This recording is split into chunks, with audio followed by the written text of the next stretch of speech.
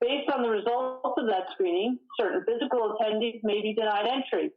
I now turn it over to all members of this board to state whether they are physically present or participating by electronic means. The only person that I know is physically present is Ms. Annie Kupka, who is the vice chair. Mr. Morris, Mr. Parker, and myself were all participating from by phone, and Mr. Bennett. The county administrator and the clerk are responsible for receiving public comment. I do know we do have one person, Ms. Dodge, who has a statement. Mr. Weekly will read that. Notice of opportunities for the public to access and participate have been widely disseminated on the county website and through other county resources. I direct the clerk to include this statement and the members remotely participating and those physically present to be memorialized in the minutes. All right, Mr. Weekly, do we have any amendments to the agenda? No amendments, Madam Chair.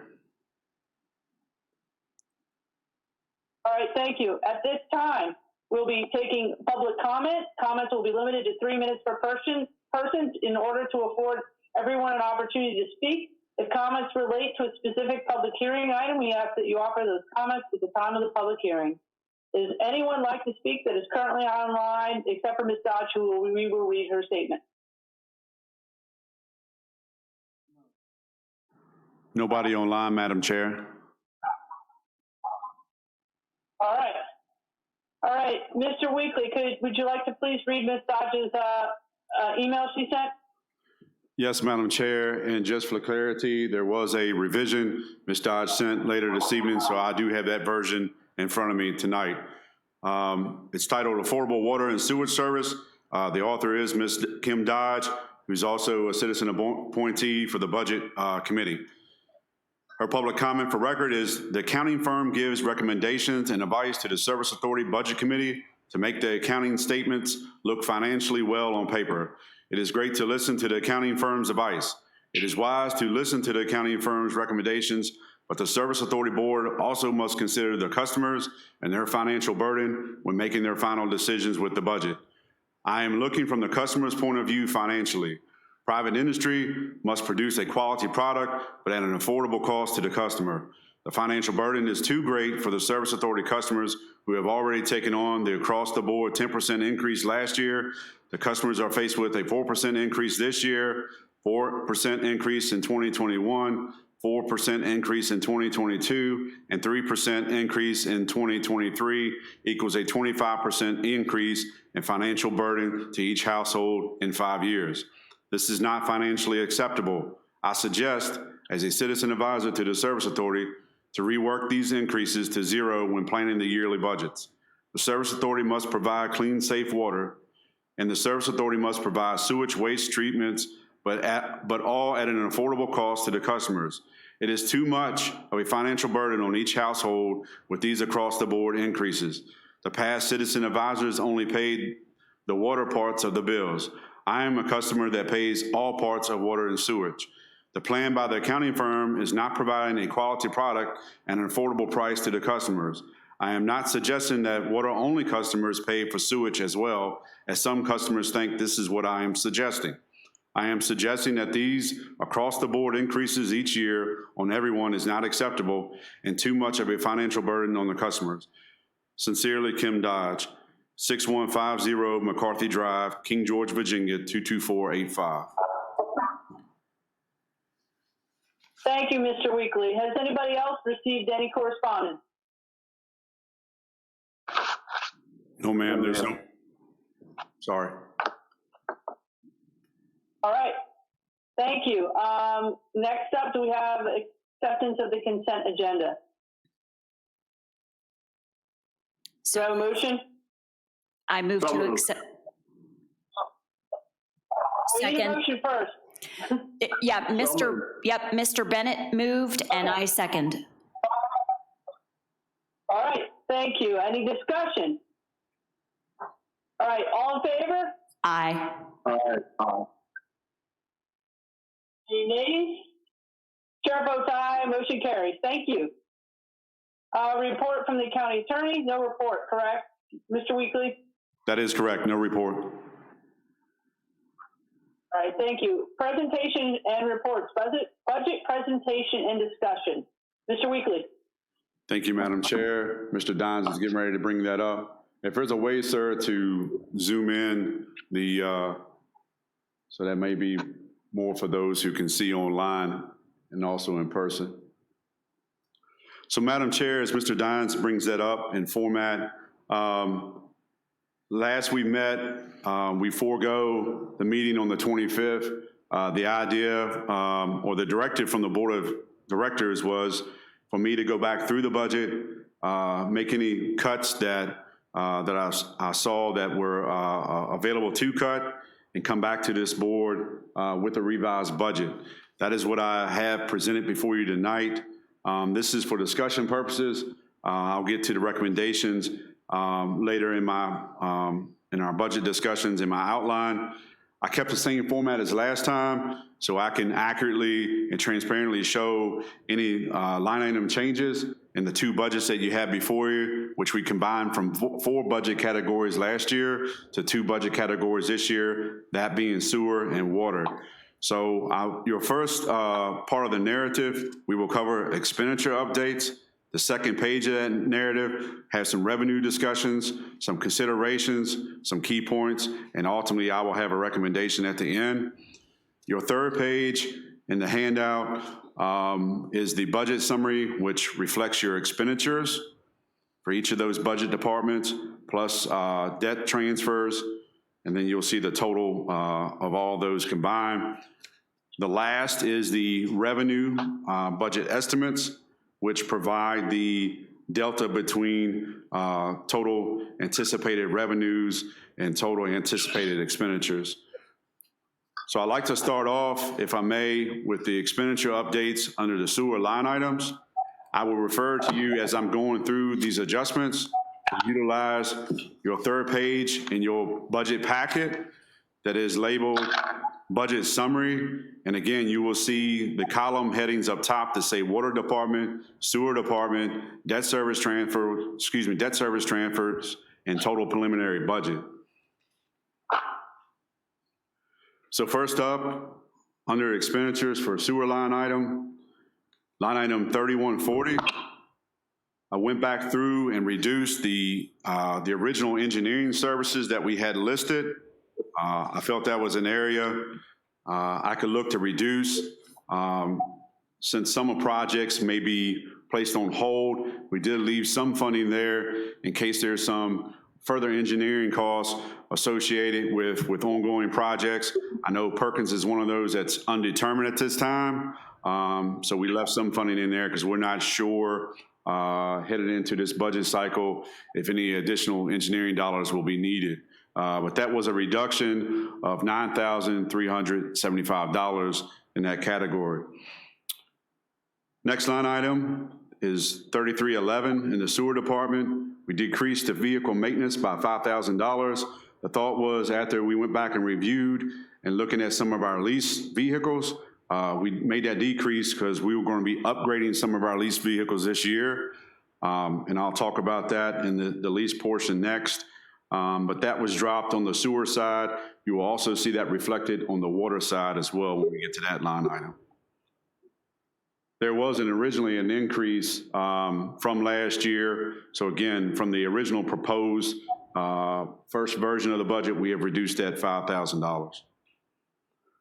Next line item is 5410 in the sewer line item budget. We increased that line item. So again, we worked through Enterprise. That's who we lease vehicles with. And the utility truck, we did not lease a new utility truck last year. We had to work through some things such as the utility body and the outfitting of the truck that we need. I want to emphasize the word need versus want. That truck has a crane on it for pulling pumps and large storage bins for different tools to perform field service work. So there was an upgrade in that cost. As well, there's an F-250 that we are going to replace a current F-250 that has engine issues. We had an estimate of $12,000 to repair that engine, and we feel that That is not a long-term benefit. We might as well take advantage to upgrade that vehicle and try to salvage and capture any dollars from a sale of that 250 that has engine issues. So again, the large expense that you will see is for that utility truck. That alone is around $1,500 or a monthly lease. We did look at a purchase as well and trying to figure what is the most affordable, but that is our largest outside of a pump truck fleet vehicle that is used quite regularly for our everyday pump needs and pump station repairs. So again, increase to those line items, or to that line item, excuse me. And the F-250 and the utility truck will be split between the water and sewer budget. Next line item is 8101. That's our capital outlay. It's capital additional equipment and machinery. Originally, we had $100,000 earmarked for blower replacement.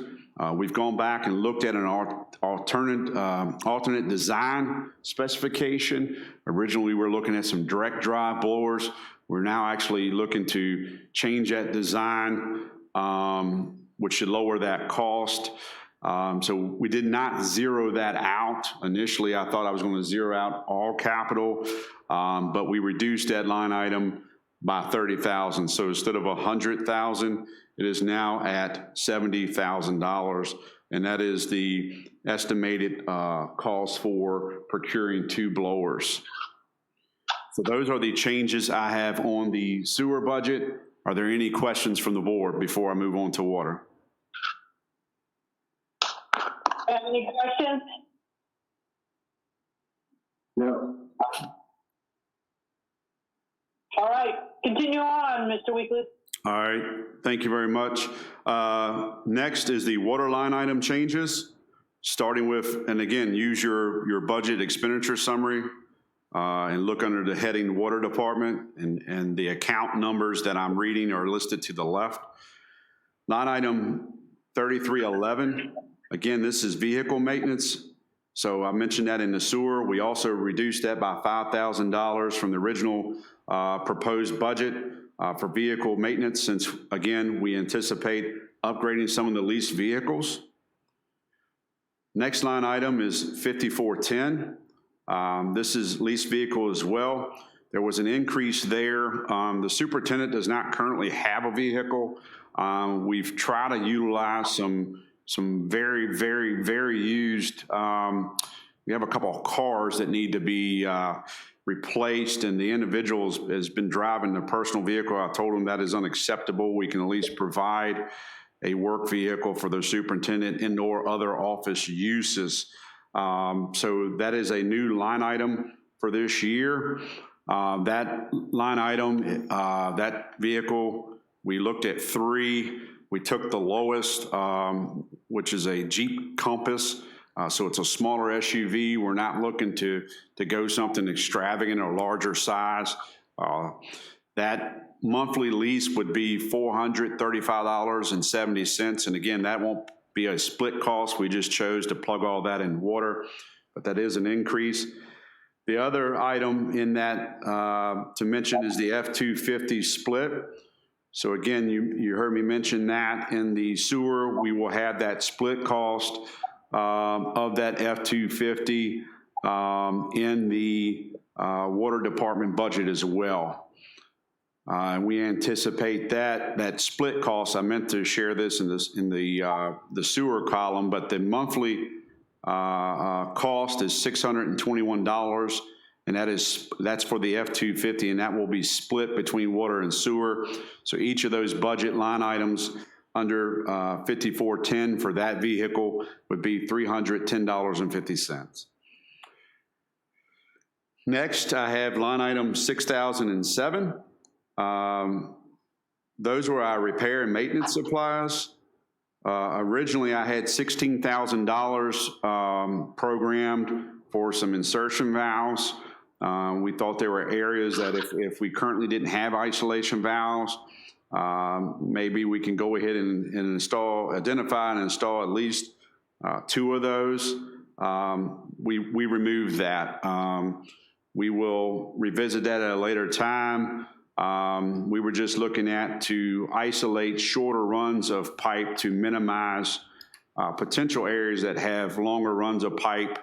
Normally you want to have valves at every intersection or T or cross in a line intersection.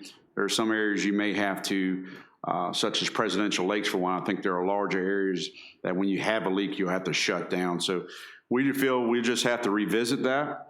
We'll do the best we can. We hope that we always try to limit the amount of folks that we have to turn off during emergency repair. However, we felt due to the unknown economy, that was a line item we could decrease, and I, again, removed that $16,000 line item. Last, under the water line items, is 8101. That's the capital outlay for the water budget. That had originally $300,000 programmed in that line item. That was for the Nines Well System project. You may be asking, why would we decrease that? Because you have identified that to the board as a project needing. Yes, that is a project that is needed to be complete. However, in talking, in further review of the budget by myself and in further discussion with our financial advisor, they have recommended that we keep our funds to build up our cash on hands. So our operational days of cash on hand increases, and our debt service coverage increases, which was outlined the need by VRA recently. So what the financial advisors has recommended or suggested, and I'm going to recommend to the board, is that we use our line of credit for that project. I truly believe our funds will be positive. There's a plan, and I'm going to talk about here in a moment, that will explain in the future, in the next couple of budget cycles, after we increase our cash on hand, we will actually be pulling monies out of cash on hand to fund capital projects. And as you may recall, at one of our last or our 2 budget work sessions ago, Dr. Young has spoke of, and we agreed from the board's consensus that we would work together on that capital. So I believe we have time to do that. The good news is we have that line of credit there. Yes, it means anything we borrow or we pull from that would be new debt. However, there's no prepayment penalty, and I believe that's something we could pay back very quickly within the next 2 budget cycles. Of course, we'll revisit that because we're not sure what this economy is going to do. So that project does need to move ahead. Going to work on getting an IFB out and then bring that back to the board at some point, but that would be my recommended approach. So that comes out of the budget. If we use line of credit, then that would be just a transfer in to account for those funds. Any questions under the water line adjustments? Do we have any questions? I don't think so. Mr. Weekly, go right ahead. Okay, thank you, Madam Chair. Second page of the narrative for the budget updates, the top of that page is revenue discussions. So you recall the last time we were together, our favorability between anticipated revenues and expenditures was around $155,000. By going back in and making these adjustments, and I want to first thank Ms. Ward and the rest of the finance department who has worked on this to make these adjustments, to have this information ready. But after making all those adjustments, we now have a favorable revenue to expenditure outcome of approximately $531,820. I will say this, that is a favorable response, a favorable revenue to expenditures. but we have some work to do, and I think that should move into our considerations topic on that page, Madam Chair. Item number 1 under consideration, Davenport has suggested that the Service Authority should increase its cash reserves in FY20, that's our existing budget, by $600,000. And they also suggest we increase our cash on hand in FY21 budget by $655,000. The strategy is to build up our cash reserve to be better positioned for our debt service coverage requirement by Virginia Resources Authority.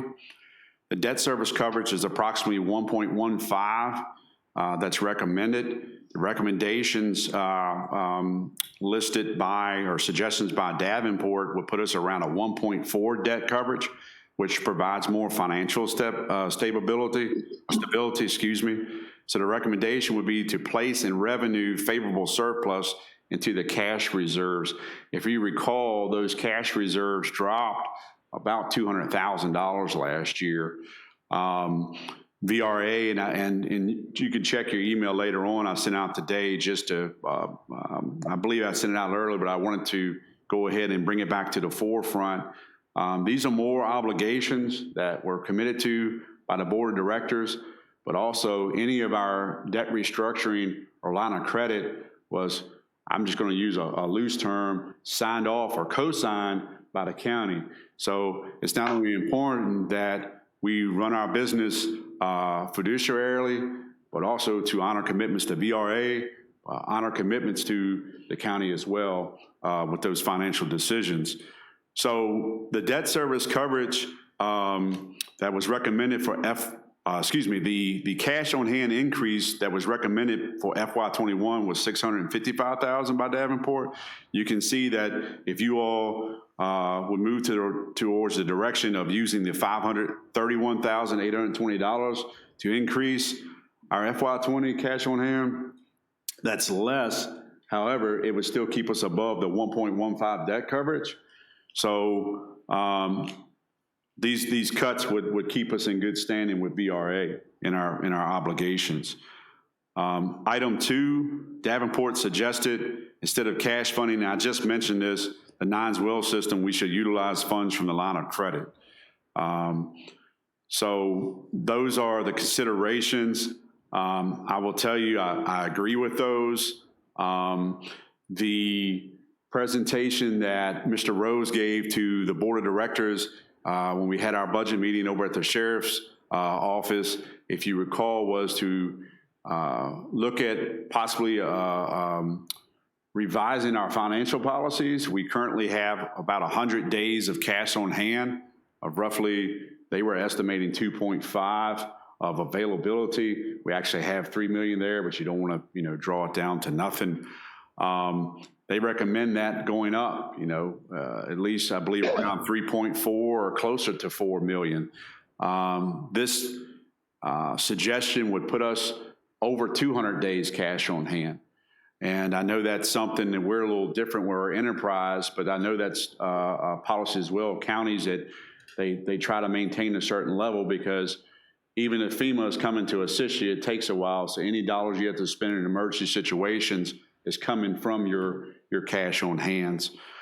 So I have some key points I want to cover, and I realize this may not be popular about what I'm getting ready to share, but I respectfully make this statement under key points. This budget does allow for merit increases for the Service Authority personnel.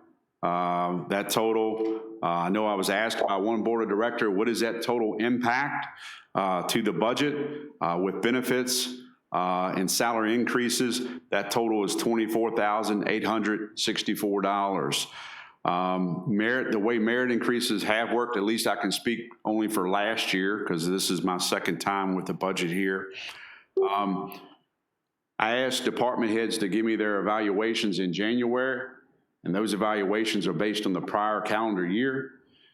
I make any comments or suggestions, and we finally get it to a final product. I go through and give those percentages or recommendations to finance so they can give me a budget impact number. And then if the board adopts the budget as presented, which salaries are a part of that, then July 1 is when that increase would occur. So that July 1 increase is based on the prior year. I will say I know times are tight.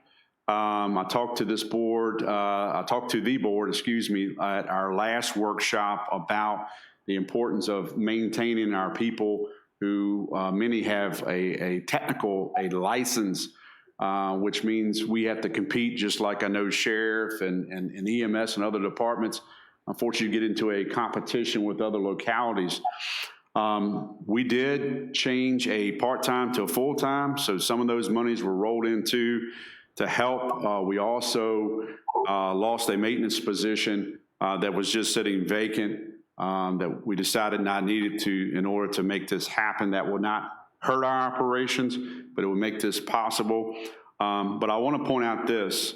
Last time I also spoke to you about a potential incentive policy, particularly for those who become licensed or advanced licensed. We do not have a current policy. It has been a practice in the past to give operators, that would be water and wastewater operators, a 5% increase upon license advancement. I'm not going to bring you a policy at this time because while I realize I'm asking you to approve the merit increase total that is outlined there, I believe it's prudent to not bring forth any additional request because we're trying to maintain our level of services and our operations and recognize that any monies we put in other areas we take away from our operations overall. We also are mindful of those who are struggling with their paycheck. So I did not make this request lightly.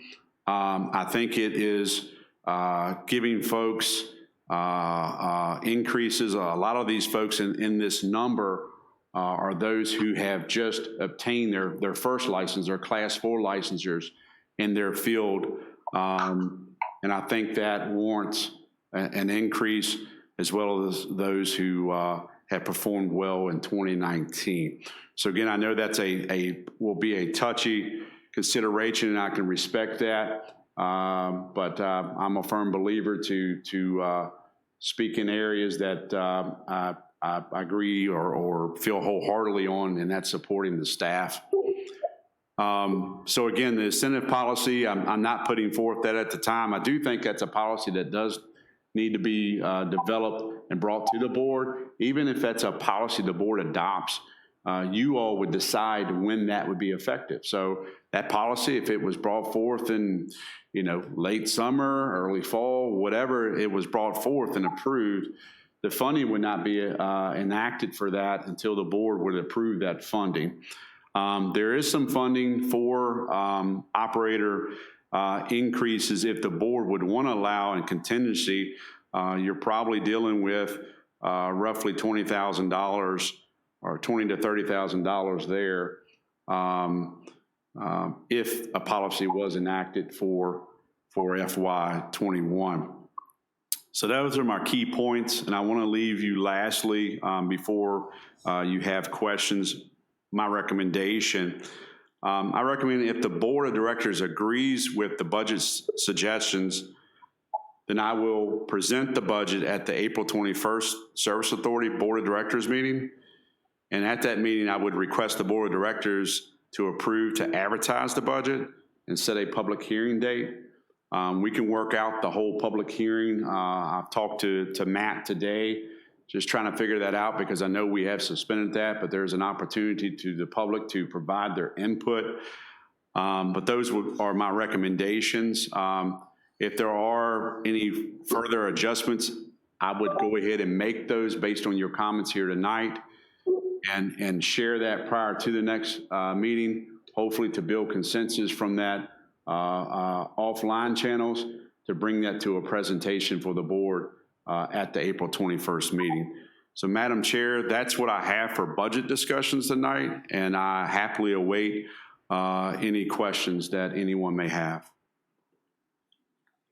Thank you very much. I'll start with Ms. Custer. You're there in the room. You want to go first? I don't have any questions. I just want to thank Mr. Weekly for all of your hard work. Dr. Young, as always, and Ms. Ward and the Finance Department staff. Thanks very much for all you're doing. Thank you, Ms. Kupka. Thank you. Mr. Bennett? Thank you, Madam Chair. I second Ms. Kupka's comments. Mr. Weekly, appreciate all your hard work. I do want to make a couple of comments. Davenport gave us really good advice last year to get our financial house in order, and we've taken the steps to do that. And this debt service coverage is really important to VRA. They're the people that restructured our debt on our bonds. And I believe when we slipped below the required level, they knew about it and called us about it. And we have got to make sure that we're in a good position there going forward. In terms of the merit increases for the employees, it's not a huge amount of money given the size of our budget, but I think it's fair to say our employees are not the highest paid employees in the industry. And Mr. Weekly's doing a good job of trying to retain them, and having them get their licenses will make them more valuable to us, and it warrants them getting paid more as well. Some of the licenses, particularly on the wastewater side, as you get higher up the ladder, it's a pretty tough go to get all the way to the top. So I agree with the merit increases as well. I agree with Mr. Weekly's recommendations. Thank you, Madam Chair. Thank you, Mr. Bennett. Mr. Morris?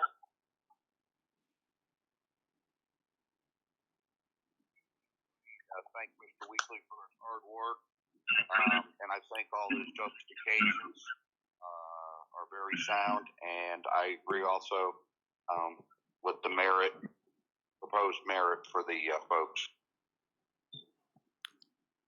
Did everyone catch that? I know Mr. Dines is holding his cell phone up. Did everybody catch Mr. Morris's comments?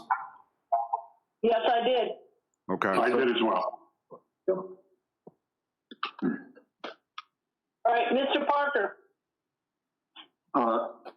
Thank you, Mr. Weekly, for all the hard work on this budget. You put in a lot of time on it. Just a couple questions for clarification, and then a few comments. One, if the $531,820 goes into cash on hand, if I'm understanding correctly, that means that next year we'd have to, next fiscal year, we need to come up with just 123. That cash on hand would hang out.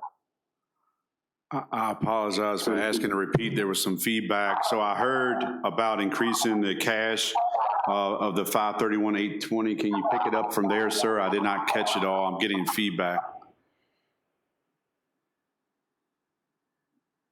Yeah, I was saying if we put all that 531,000 into cash on hand, that means that would mean it would hang out as cash on hand, and next year we'd need to come up with another 123,000 roughly.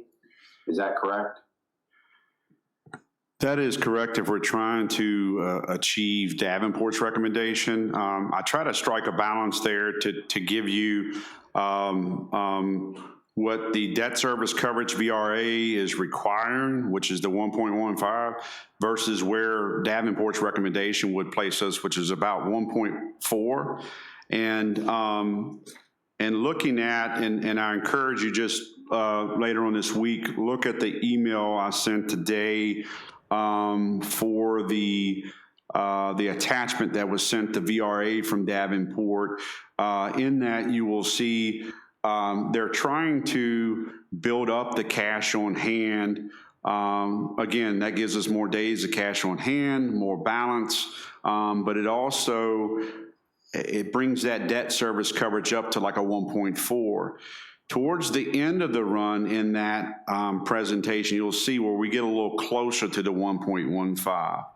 I also think it's fair to point out, as I mentioned in that email, they looked at our cash flow report currently where we're at that time. They also looked at our expenditure and revenue summary where we're at that time to make a projection. But they have in that documentation, they're assuming a 4%. They just placed a 4% increase in year 2025. That was something they modeled, we didn't request, and I'm not faulting Davenport, I just pointing that out that that is not board authorized. The board authorized a 5-year rate plan, and that would end in 2024 with the last increase at 3%. So yes, sir, I didn't mean to take the long way home, but using Davenport's recommendation, yes, that delta that wasn't met for this year would be preferred to be met next year, or excuse me, the following year. Again, the economy is going to be fluid. We've been sharing information regularly with Davenport, and we also had that follow-up with VRA, and you will see in that email the good conversations we had and their comfort level with that. But we just have to be, do a self-checkup every I look at it every month, but every quarter, halfway through the year, we need to be checking that status and those benchmarks, having conversations, and then ultimately updating VRA and the board just so you know where we're at on our position. And then I appreciate that explanation. That's kind of where I was thinking. And then just some comments. I agree with the merit increases. I honestly, 24,000 or nearly 25,000 seems very low, a very low number to me. In the world I operate, that could be sucked up in one person's paycheck. So that doesn't seem like an excessive number at all.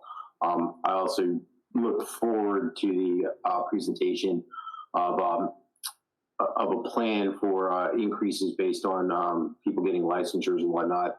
I think it's more than fair when somebody moves up in their license rankings that they get compensated, because it's a mutual benefit both for us to have them do it, as well as for them. And we don't want to be losing people to surrounding authorities or utilities because they're getting paid more somewhere else. And that's the only comments I have.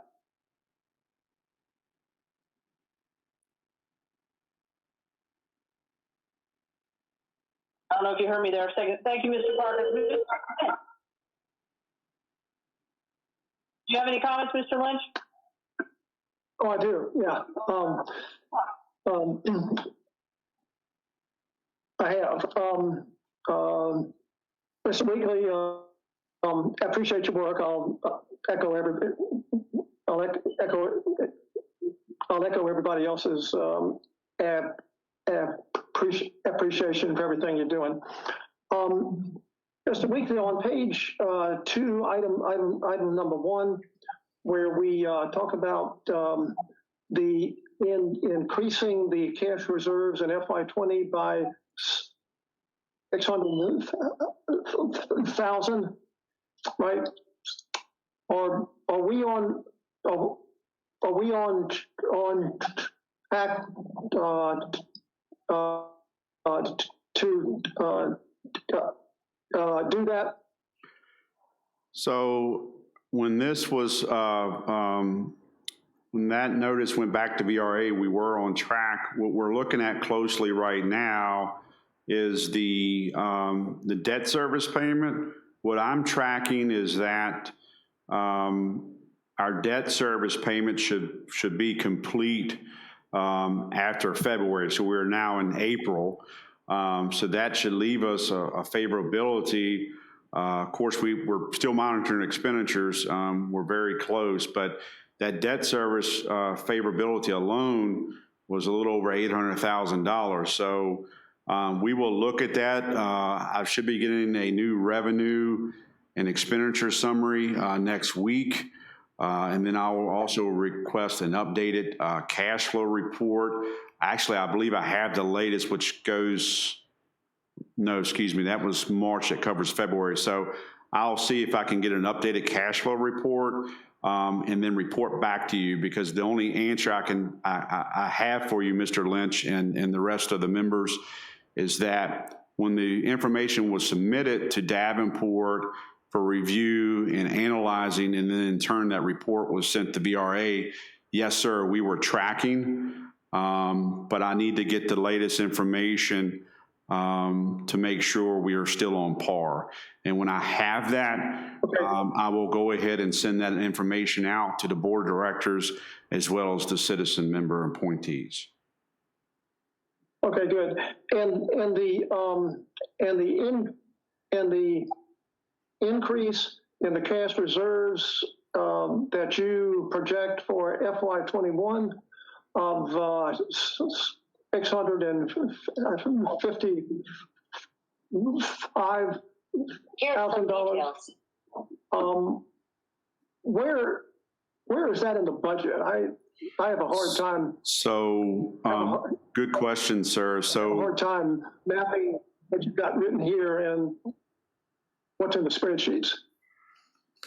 so basically, if you go to the last page of your budget packet, the budget update packet, excuse me, that's the revenue data and preliminary budget estimates. At the very bottom right-hand corner in bold print, it has your FY20 new revenues of $6,738,118. And then you have below it the FY21 expenditure of $6,206,298, which gives you that delta of $531,820 I mentioned earlier. So the $531,820 is what we're proposing to put in the cash reserves. That does not meet that 655 that Davenport has suggested. However, that's why I point out the difference between their debt service coverage and meeting VRA's debt service coverage. So again, VRA's debt service coverage is 1.15. The 655,000 recommendation by Davenport of increasing cash on hand would represent about a 1.4 debt coverage. So we would be just shy of the 1.4, but we would be well ahead of the 1.15. So the floor, if I could get everyone to just focus on the floor, you know, what is our minimum requirement, our fiduciary requirement? That's meeting that debt service coverage of 1.15. So this budget, as being discussed here tonight, and the information I've handed you, does not reflect a $655,000 increase to cash on hand for FY21.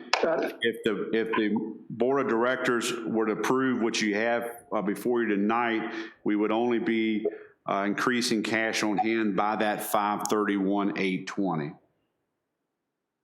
Got it. Okay. Excellent. Appreciate it. Yes, sir. That. Okay. Now, I'd like to address the merit increases. I will echo what Mr. Parker indicates, that they seem awfully low.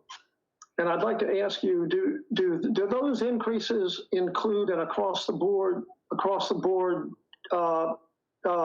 living increase? So, or is that captured elsewhere? So the strategy, and actually, I'm glad you brought that up. That's something I should have gave more detail to.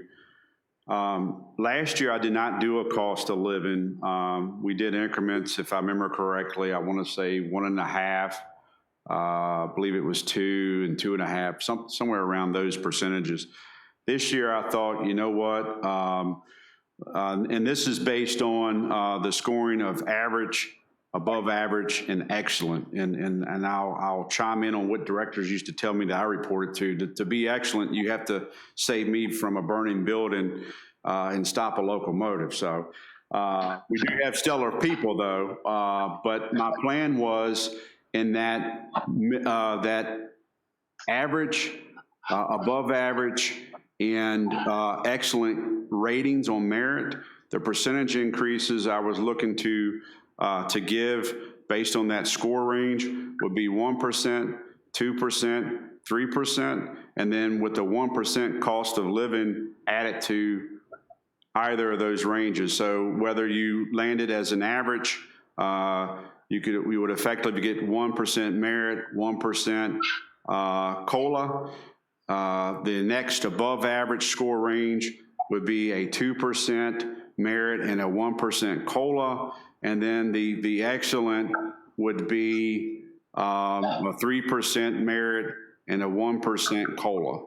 And that is currently the structure that I have planned for that. Good question, and I'm sorry I didn't provide that level of detail. Well, that's okay. The increase that you've recommended there is about 2% of our total base pay. Cost of living is not going up much now. I think this year FY20 it's a little bit under 2%.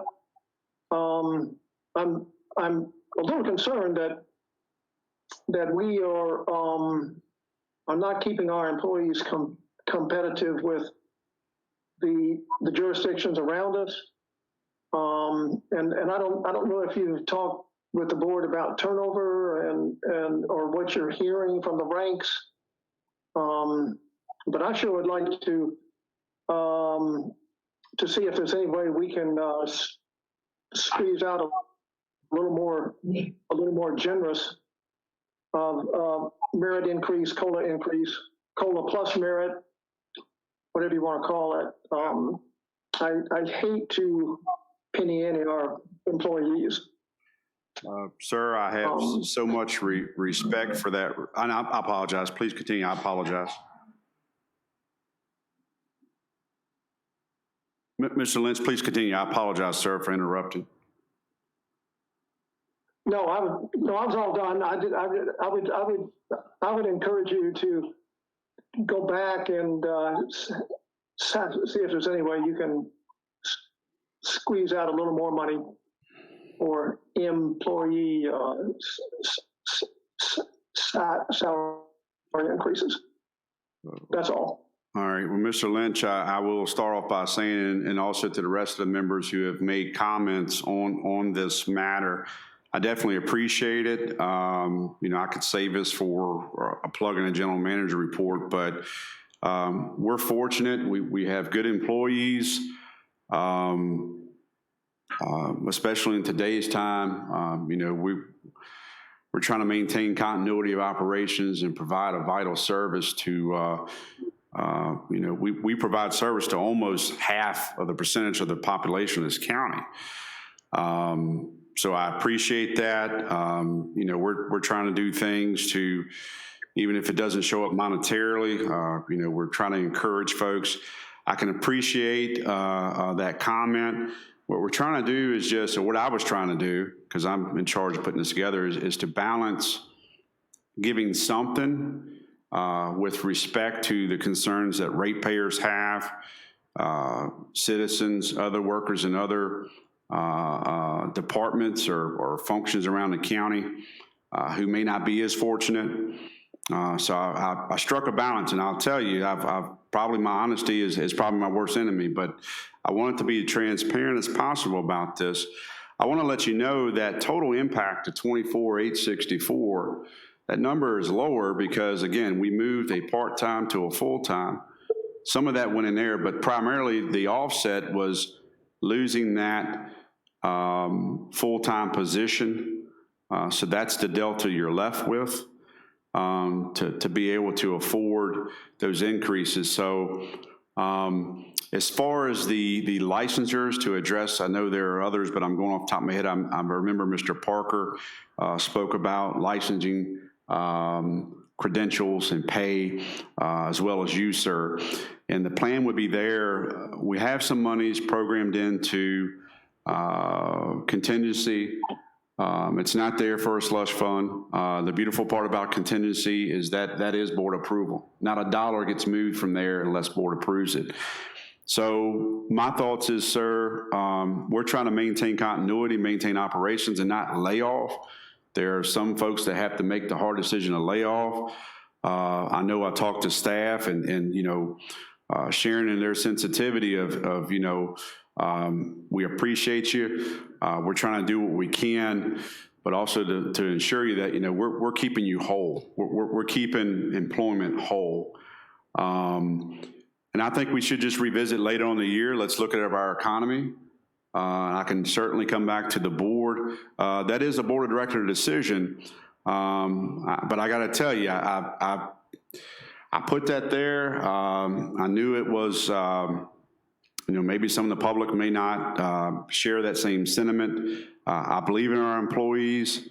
Sure, more would be nice, but again, I'm respectfully striking the balance between merits when there are those who are not going to get those or struggling to have paychecks. So again, say that with all due respect, so much appreciation for that mentioning of paying our folks accordingly. I think we'll have an opportunity to look at licensures through the policy. Let's get that up first, because that way it's across the board. There is no discrepancy. It's outlined, it's board approved. We can move forward. That gives us time to look at the other areas, the other localities, the other utilities, what they're paying their folks. Again, I believe some of the strategy I've talked to human resources about, I believe will have us in a level playing field. But again, it's all respect to striking a balance, sir, is why that number is low. Plus, that one position given up helps shelter or shoulder some of that increase. That's why it's only at 24,864 and not a little larger. I understand. It's it's a real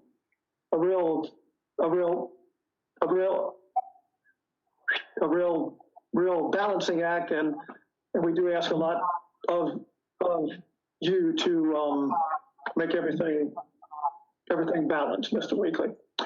Okay, good. I would like to turn to, if we're open to other questions, can I make some more comments, Madam Chairman? Yes, go ahead, Mr. Lynch. Okay. I would like to comment on Mrs. Dodge's letter. I think it's an excellent letter. I think it comes from the heart.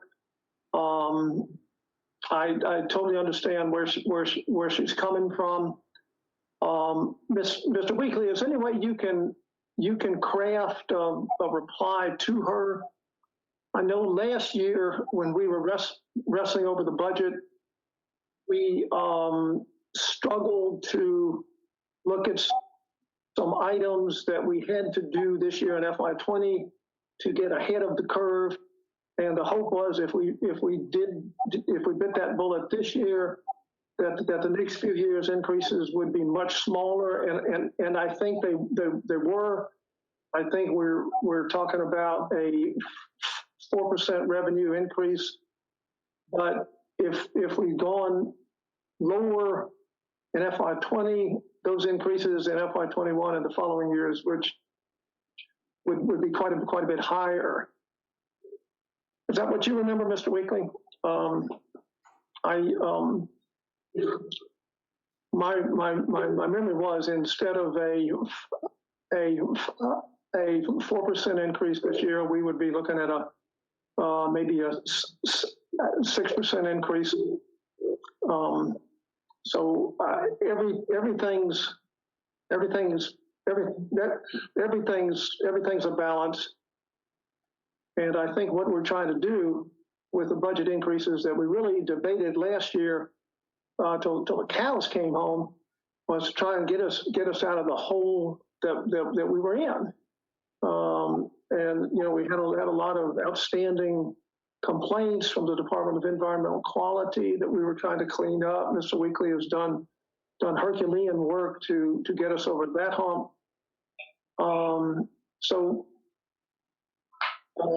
Mr. Would it be possible to craft a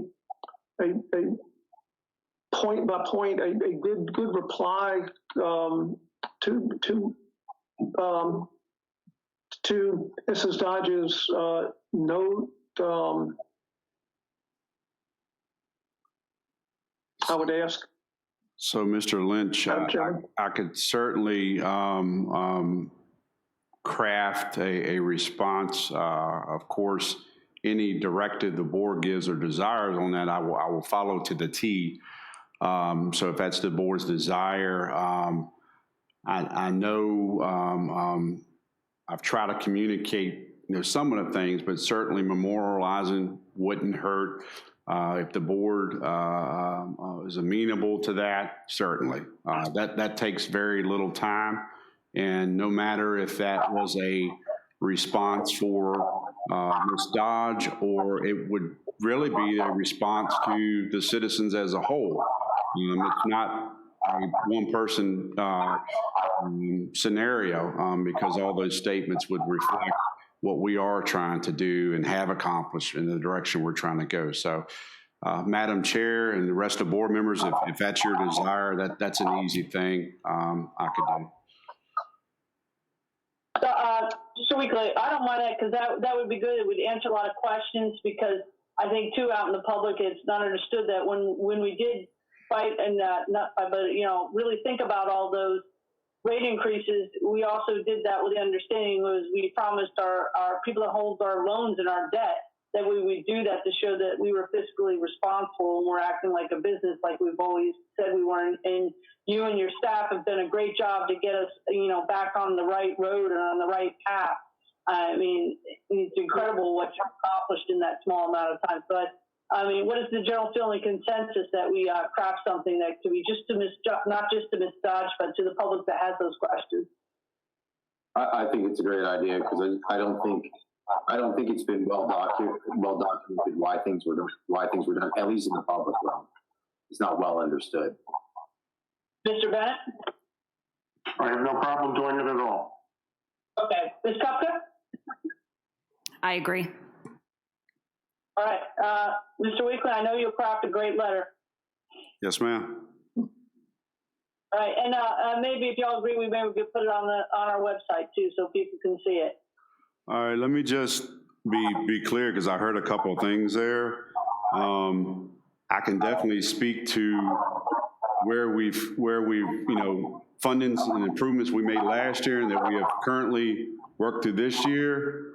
I just want to make sure we're not looking like for a deeper dive of trying to explain, how debt or loans came about. I know there's been discussion over the course of time. I know since my arrival of how we got here or debt.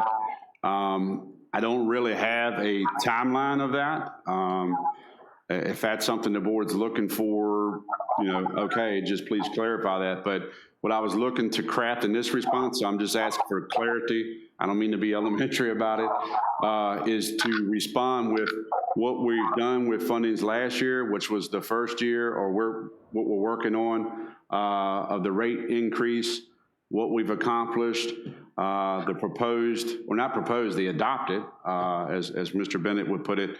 The second rate increase will occur this coming year, and what our plans are doing that, along with any accomplishments of DEQ compliance and BDH compliance along the way. So I wanted to make sure I clarify what I'm putting in that letter. I was going to do the latter and not the historical review of the service authority. Oh, no, not the backstory. Okay. No, that would be extreme. I have actually asked that question, and I've been told that it's buried in the bond books. And if I want to go wade through the bond books, knock yourself out. I have not taken Mrs. Ward up on that. Okay, so I understand the direction. Thank you, board. Madam Chair, Yes, go ahead, Mr. Bennett. I'll volunteer to help Mr. Weekly with that, if that's okay. That works for me. Thank you, sir. Since we all have a little more time on our hands these days, I can help him with that. That works. Ms. Dodge, are you online? Be able to give comment if you'd like? You need to, Chris, you need to. I believe Ms. Dodge was listening only, I think. Okay, I just wanted to afford her an opportunity. Okay. Yeah, sure.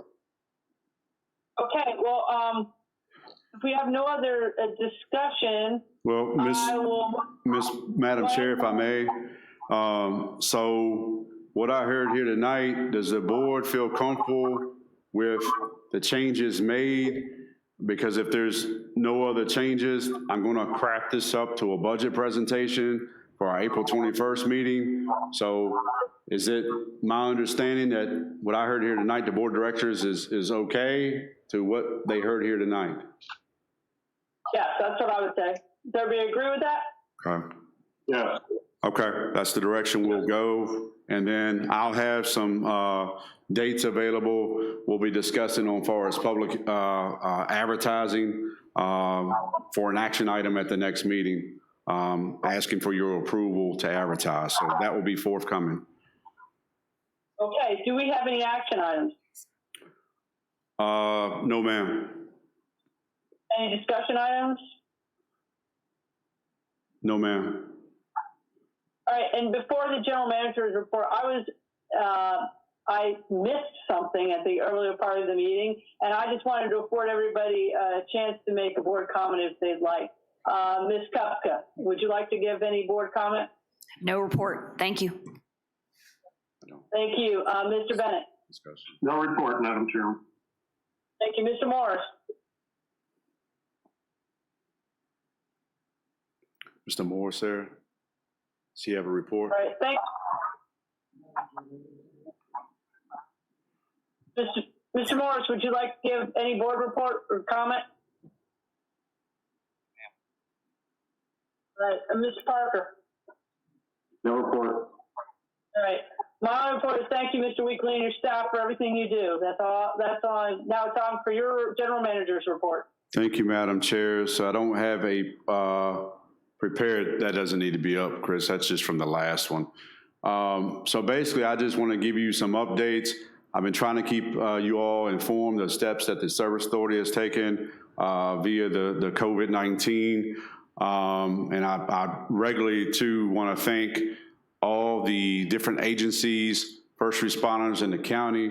I will tell you that I've had the pleasure to see the plan that was worked on for a couple of years. It's amazing. I've been involved in different localities, and for what was put together here and has been enacted is just, it's very encouraging. And I think it was well put forth, and you've got good leadership at every helm. The Service Authority, we went to a rotational schedule. Sent that out for a notification. Again, the idea is to split people up earlier on. We were doing obviously the social distancing. We were doing the one person per vehicle policy. But as time went on, as you heard Chief Moody in the last meeting, numbers are growing. And we have folks that, family are in Maryland. Matter of fact, I have an employee that lives in Maryland. And it's not putting a label on Maryland, what you just heard about hotspots and things like that. But the concern was, we need to do more. We're going to spread our folks out, and how do we maintain continuity? So that includes Dean and myself. That includes Patty and Roan and everyone else. We did some minor modification to our treatment plan schedules, but I'm blessed and fortunate to report we have stellar employees.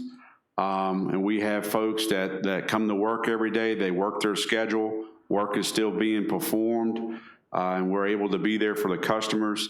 As I mentioned at our last meeting, there will not be any disconnects. What I realized since our last meeting is we're not regulated by the SEC, so that was an order that came down through them. However, I thought it was appropriate to follow those guidelines. We do not need to be turning people's service off. We realize that folks will have to make choices when they receive their check and so forth. They have rent, they have utility, they have many things to do. We have seen increase in water demand, as one would imagine, but we're here. We're here for our customers.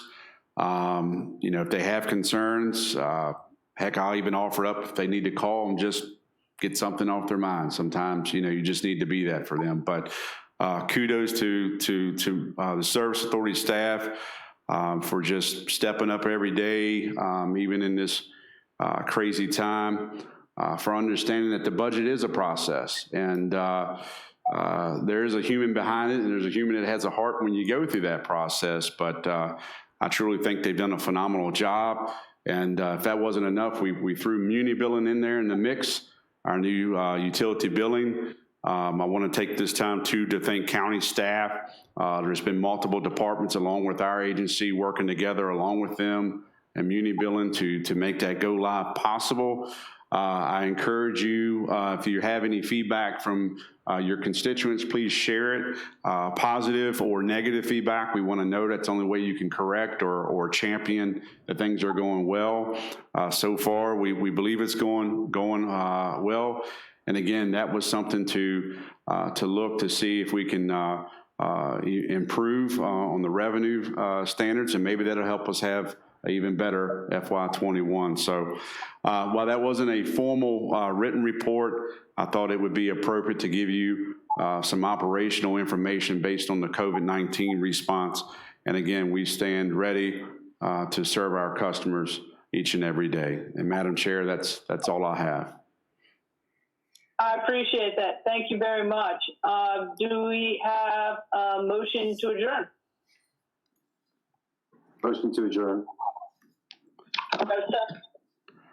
I move to adjourn to April 21st, 2020 at 5:30 p.m. in the boardroom. Do you have a second? Second. All right. I think that was Mr. Parker, correct? Correct. All right. Oh, do we have any discussion? All right. Been a long meeting. Is everybody okay with adjourning to the April 21st? Yes. Aye. Aye. All right. Any nays? Chair votes aye, and this meeting is hereby adjourned to the next regularly scheduled meeting on April 21st, 2020 at 5:30 p.m. That meeting will be held by electronic means and remote participation only, and will be closed to the public being physically present. All citizens are encouraged to participate in advance or during the meeting by electronic means as provided by the county. Thank you all that participated, and good night.